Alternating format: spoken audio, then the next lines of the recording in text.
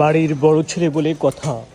দেখো কত চাপ, চুলের জন্য নিচ্ছে মেহেদি, এই যে মেহেদি, আর এখানে লেবু, দই, এই যে দই, এই যে বরবটি নাকি মটরশুঁটি, আবার ওপাশে দুধু, তারপরে এখানে টমেটো, গাজর। ও বাড়ির বড় ছেলে নাকি তুমি? এই তুমি কি বাড়ির বড় ছেলে? হ্যাঁ, বাড়ির বড় ছেলে। হুম, শোনো, তুমি কি এতগুলো বাজার নিয়ে যেতে পারছো? আমাকে কষ্ট হচ্ছে না?